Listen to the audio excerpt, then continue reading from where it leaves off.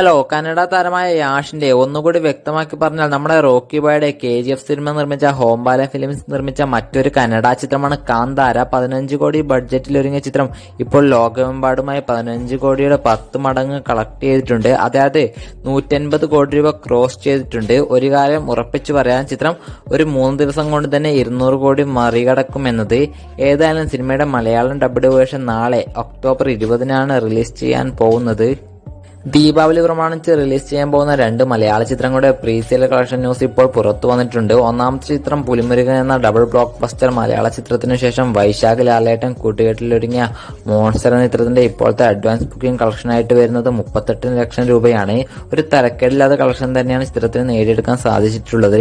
രണ്ടാമത്തെ ചിത്രം നിവിൻ പോളിക്ക് വലിയൊരു കംബാക്ക് നൽകാൻ സാധ്യതയുള്ള പൊളിറ്റിക്കൽ ത്രില്ലർ ചിത്രമായ പടവെട്ടിന്റേതാണ്. പക്ഷെ സിനിമയുടെ അഡ്വാൻസ് ബുക്കിംഗിന്റെ കളക്ഷനായിട്ട് വരുന്നത് വെറും 6 ലക്ഷം രൂപ മാത്രമാണ്.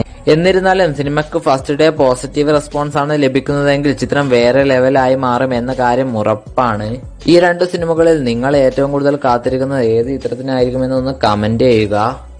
ബീസ്റ്റ് ചിത്രത്തിന് ശേഷം തിയേറ്ററുകളിൽ റിലീസ് ചെയ്യാൻ പോകുന്ന ദളപതിയുടെ ഫാമിലി എന്റർടൈൻമെന്റ് ചിത്രമാണ് വാരിസ്. മാസ സീനുകളോ ഗംഭീര ഫൈറ്റ് സീനുകളോ ഉള്ള സ്ഥിരം വിജയ ആരാധകർക്കുള്ള സിനിമയാവില്ല വാരിസ് എന്ന ചിത്രം. പക്ഷേ ദളപതി ഏത് റോൾ കൈകാര്യം ചെയ്താലും ഒരുപടി മുകളിൽ തന്നെയായിരിക്കും. എനിവേ, പറഞ്ഞു വരുന്നത് വാരിസ് എന്ന സിനിമയുടെ ഫസ്റ്റ് ഗാനം ഒക്ടോബർ 23-നാണ് ദീപാവലി പ്രമാണിച്ച് റിലീസ് ചെയ്യാൻ പോകുന്നതെന്ന് ഓൾമോസ്റ്റ് കൺഫേം ചെയ്തിട്ടുണ്ട്. ബീസ്റ്റ് സിനിമയിലെ അറബിക്കുത്ത് പോലെ ഒരു കുത്തു സോങ് ആയിരിക്കും മിക്കവാറും ഒക്ടോബർ 23-ന് റിലീസ് ചെയ്യാൻ ചാൻസ് കൂടുതൽ.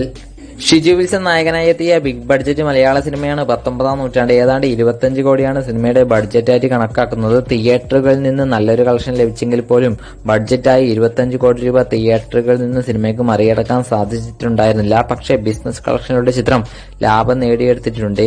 പുറത്തുവരുന്ന റൂമറുകൾ ശരിയാണെങ്കിൽ ചിത്രം ആമസോൺ വഴി ഈ മാസം തന്നെ OTT റിലീസ് ചെയ്യാൻ പോവുകയാണ്. ഇതൊരു റൂമർ മാത്രമാണ്, ഒഫീഷ്യലായ ന്യൂസ് ഒന്നുമല്ല. മമ്മൂക്കയുടെ കമ്പനി നിർമ്മിച്ച റോഷാക്ക് ചിത്രം 13 ദിവസത്തിലേക്ക് എത്തി നിൽക്കുകയാണ്. 13 ദിവസം കൊണ്ട് ചിത്രം 40 കോടിക്ക് മുകളിൽ കളക്ട് ചെയ്തിട്ടുണ്ട്. ചിത്രം 50 കോടി ലോകമെമ്പാടുമായി നേടിയെടുക്കുമോ? എന്താണ് നിങ്ങളുടെ അഭിപ്രായം? ഒന്ന് കമന്റായി രേഖപ്പെടുത്തുക.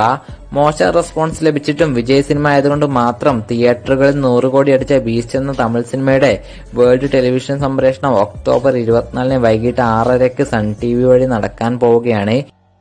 അയ്യപ്പനും കോശിയും എന്നൊരൊറ്റ മലയാള ചിത്രം മതി ഡയറക്ടറായ സച്ചിയെ ഓർത്തിരിക്കാൻ. അദ്ദേഹത്തിന്റെ ഡ്രീം പ്രൊജക്ടായ വിലായത്ത് ബുദ്ധ എന്ന സിനിമയുടെ വർക്കുകൾ ഇന്നു മുതൽ ആരംഭിച്ചിട്ടുണ്ട്. പൃഥ്വിരാജ് സുകുമാരനാണ് സിനിമയിലെ പ്രധാന വേഷം കൈകാര്യം ചെയ്യുന്നത്. രാജമൗലിയുടെ സംവിധാനത്തിൽ ബാഹുബലിക്ക് ശേഷം ബിഗ് ബഡ്ജറ്റിൽ രാംചരൺ, ജൂനിയർ NTR എന്നിവർ പ്രധാന വേഷത്തിലെത്തിയ RRR എന്ന ചിത്രം ജപ്പാനിൽ ഇപ്പോൾ 200ഓളം സ്ക്രീനുകളിൽ റിലീസ് ചെയ്യാൻ പോവുകയാണ്. സിനിമയുടെ കളക്ഷനുമായി ബന്ധപ്പെട്ട വിവരങ്ങൾ ഈ ചാനലിലൂടെ അറിയിക്കുന്നതായിരിക്കും. അപ്പോൾ മറക്കാതെ സബ്സ്ക്രൈബ് ചെയ്യുക.